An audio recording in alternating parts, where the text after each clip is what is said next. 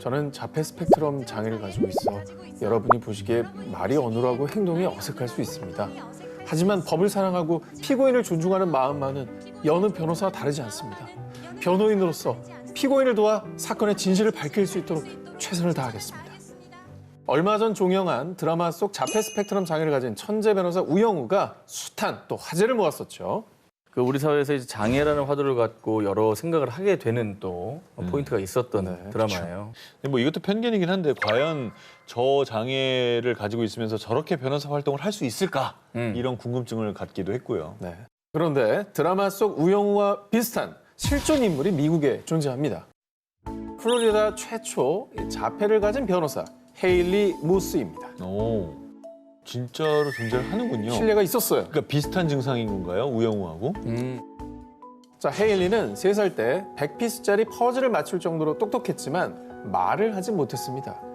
병원 검사 결과 고기능 자폐 스펙트럼으로 판정. 여기서 고기능 자폐 스펙트럼이란 드라마 속 우영우처럼 지능은 낮지 않지만 상대방의 감정을 이해하지 못하고 교류와 소통에 어려움을 겪는 증상을 일컫는데요. 이 때문에 의사는 헤일리가 직업을 갖기조차 어려울 것이라 전망하기도 했습니다. 하지만 나는 말하고 쓰고 남들 돕는 것도 좋아하는데 근데 이거 변호사들이 하는 거 아닌가? 모두가 장애인이라 안 될 거로 생각했던 그녀가 사회의 편견을 극복하고 당당하게 2019년 플로리다 최초 자폐인 변호사로 로펌에 채용됐는데요. 야, 이게 뭐 드라마 속 일이지 않을까 했는데 이게 진짜 현실에서도 가능한 거군요. 로펌에 들어갔대잖아요. 물론 쉬운 일만 있었던 건 아니었습니다. 헤일리 역시 자폐로 인해 감각이 예민해 소음은 그녀에겐 불안 요소. 대신 남들보다 부족한 점은 그녀의 천재적인 암기력으로 극복. 수많은 사건 관련 이름, 장소, 용어들을 사진 찍듯 모조리 외우는 능력 덕분에 주로 방대한 정보를 필요로 하는 반테러 사건과 의료소송을 해결했는데요. 그리고 헤일리는 현재 장애인법 관련 컨설팅 일을 맡고 있고요. 뿐만 아니라 작가, 예술가로도 활동. 우리는 사회에서 멀리 떨어져 있지 않습니다. 자폐인이 변호인인 게 예외가 되거나 특별해져서는 안 됩니다. 라며 여전히 사회 속에서 장애인을 향한 편견 극복을 위해 노력하고 있다고 하는데요. 편견이라는 단어만 손으로 가리면 더욱더 중요한 진실을 마주할 수 있지 않을까요? 이번 주인공은 사진으로 먼저 만나보시겠습니다. 사진 속 주인공은 다운증 후군을 앓고 있는 20대 여성 매들린 스튜어트. 근데 이분의 직업을 들으시면 여러분의 편견이 깨질 겁니다. 그녀의 직업은 바로 패션 모델. 와우. 일회성 스페셜 모델이 아니고요. 세계 최초 프로 다운증 후군 모델입니다. 그러니까 모델하면 생각나는 편견을 또 다른 차원에서 깬 분이네요. 그렇습니다. 이분은 심지어 프로예요. 매들린은 선천적인 다운증 후군뿐만 아니라 심장병 때문에 태어난 지 8주 만에 수술을 받아서 생사의 고비를 넘었는데요. 당시 의사들은 그녀의 어머니에게 많아야 7세의 지능으로 생활하게 될 거고 이 아이는 아마 스스로 아무것도 하지 못할 겁니다. 라며 비관했고요. 심지어 주변에선 매들린을 입양 보낼 것을 권유하기도 했습니다. 그렇게 차가운 사회의 편견 속에서 살아가던 어느 날 매들린에게 운명의 순간이 찾아왔는데요. 2014년 호주에서 열린 한 패션쇼를 본 뒤 패션 모델이라는 꿈을 품게 된 겁니다. 다운증 후군이면 더 힘들지 않을까요? 아니 그리고 아까 최초라고 했잖아요. 그러니까 누구 한 사람 된 적이 있으면 또 몰라. 이 사람처럼 해가지고 이렇게 해야지라는 희망이라도 품을 텐데 롤모델이 없죠. 그런 역사가 없으니까.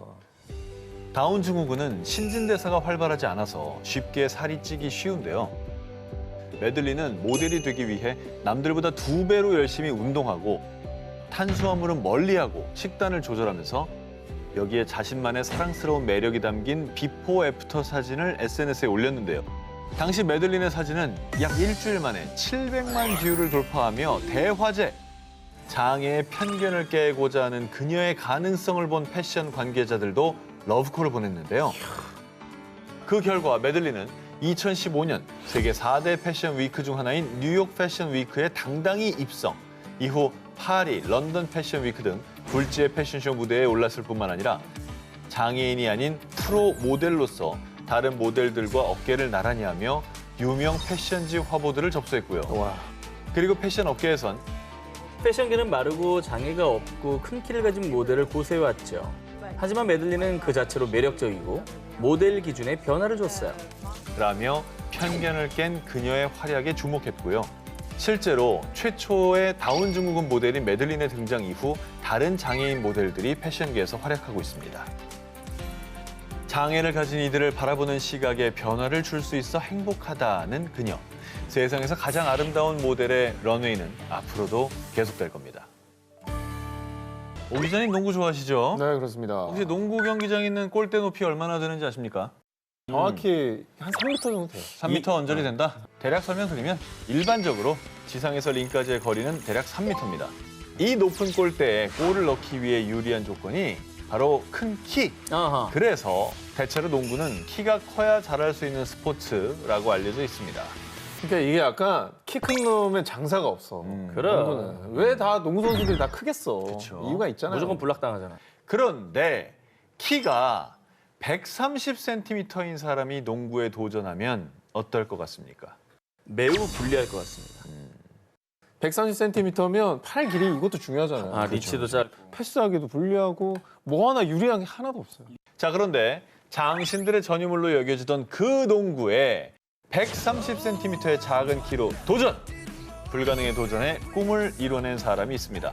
바로 자마니 스완슨. 보시죠.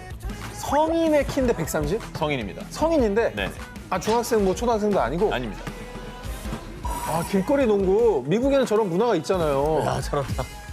와, 크로스오버. 플로터에서 플로터. 근데 슛의 정확도가 높네. 방금 슬램덩크에 그 나오는 플로터요. 근데 어쨌든 지금이야 와와하지만 저걸 처음 시작하고 시도했다는 것 자체가 그렇죠. 대단하네요. 키 130cm에 몸무게 50kg도 채 되지 않는 스완스는 선천적인 외소증입니다.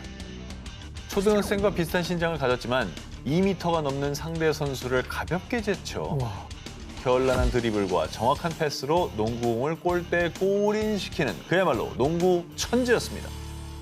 이처럼 작은 키의 스완슨이 농구를 하기까지 세간의 편견과 벽은 너무도 높았는데요.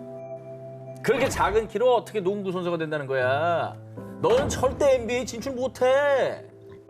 하지만 그런 따가운 시선들은 스완슨을 막지 못했습니다. 걱정하지 마. 넌 단지 다른 사람보다 키가 작을 뿐이야. 다른 아이들과 너는 전혀 다르지 않아.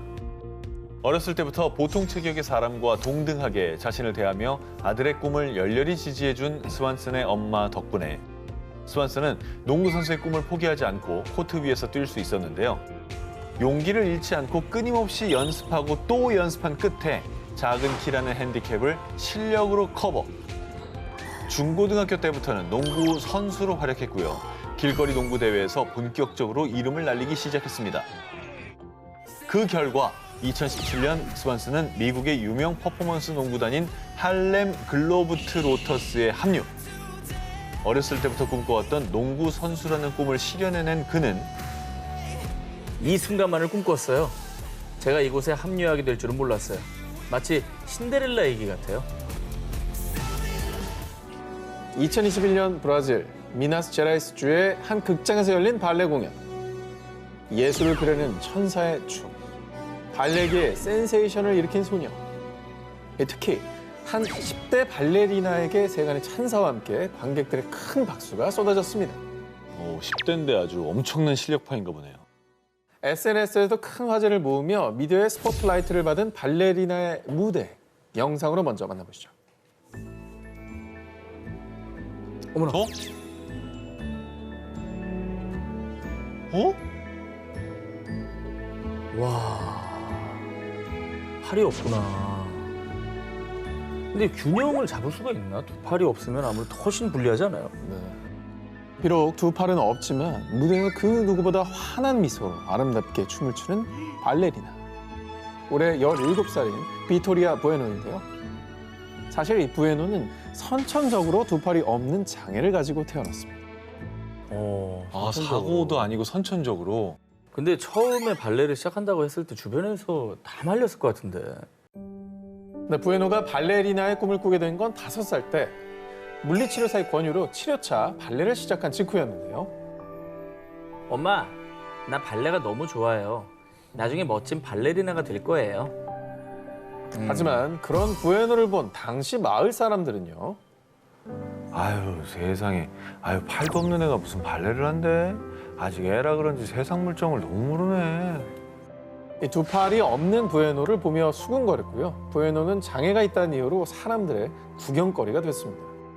게다가 두 팔이 없는 부에노가 온몸으로 춤을 추는 발레리나가 되겠다는 그 꿈은 너무도 비현실적인 듯했습니다. 하지만 사람들의 편견 가득한 시선에 좌절하지 않고 반드시 발레리나의 꿈을 이루리라 다짐한 부에노. 물론 결코 쉬운 길은 아니었습니다. 보통 발레를 배울 때 봉을 잡고 기본 자세를 배우죠. 맞네. 저렇게요. 그러나 두 팔이 없는 부에노는 이 봉에도 의지할 수 없었는데요. 게다가 턴이나 점프 동작도 팔이 없으니 오로지 두 발로만 중심을 잡기 위해 이를 악물어야 했습니다. 하지만 그런데도 불구하고 넌 팔이 없으니까 안무를 제대로 할 수 없잖아. 이쯤에서 그만 포기하지 그래? 여전히 많은 사람이 부에노는 팔이 없기 때문에 절대 발레리나가 될 수 없을 거라 여겼는데요. 그런 세간의 편견에 굴하지 않고 남들보다 2배, 3배 더 많이 피나는 연습을 한 부에노. 그리고 그 결과 비록 팔은 없지만 부에노는 몸짓, 발끝, 표정으로 아름답게 동작을 표현하게 된 겁니다. 그리고 이제는 한 아카데미 소속 발레리나로서 당당히 무대에 오르는 부에노. 제게 팔이 없다는 사실은 작은 디테일일 뿐이에요. 제가 춤을 추면 관객들은 팔이 없다는 사실을 금세 잊어버리거든요. 엄청난 자신감이네. 대단하다 진짜. 여러분의 꿈은 무엇인가요? 혹시 그 꿈을 이루는데 무언가 망설여진다면 부에노가 한 이야기를 전해드리고 싶습니다. 우린 장애를 넘어설 수 있어요. 우린 우리의 꿈을 쫓아야 합니다.